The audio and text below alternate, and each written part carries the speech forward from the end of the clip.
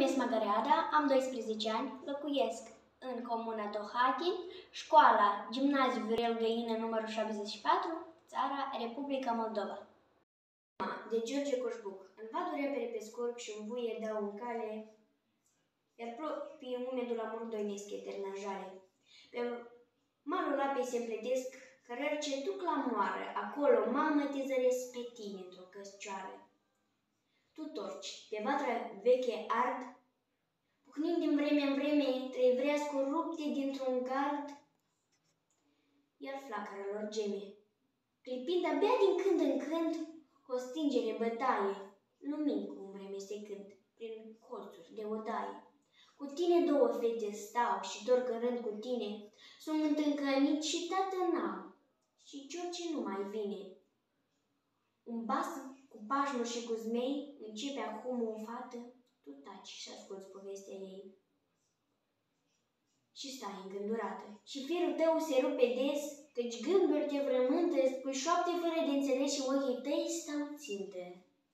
Scapi fusul jos, nimic nu zici, când fusul se desfiră, te uiți la el și nu ridici. Și fetele se miră. O, nu, nu-i drept să te îndoiești. La geam tu sar deodată, prin noapte afară lung privești, ce vezi? Întreabă o fată. Nimic, mi s-a părut așa. Și jale te repune, și fiecare vorba ta e plâns de îngropăciune. Într-un târziu, ne ridicând de jos a ta privire, eu simt că voi muri curând, că nu mai sunt în fire. Mai știu și eu la ce gândeam, aveți și voi un frate.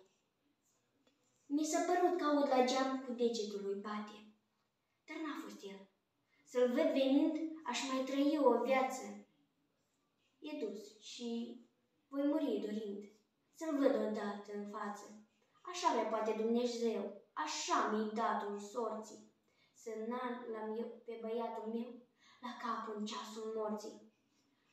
Afară-i vânt și nourat și noaptea e târzie, copilele ți s-au culcat. Tu, inimă pustie, stai tot la vatră încet, plângând, e dus și nu mai vine. Să adormi târziu cu mine în gând, ca să visezi de mine.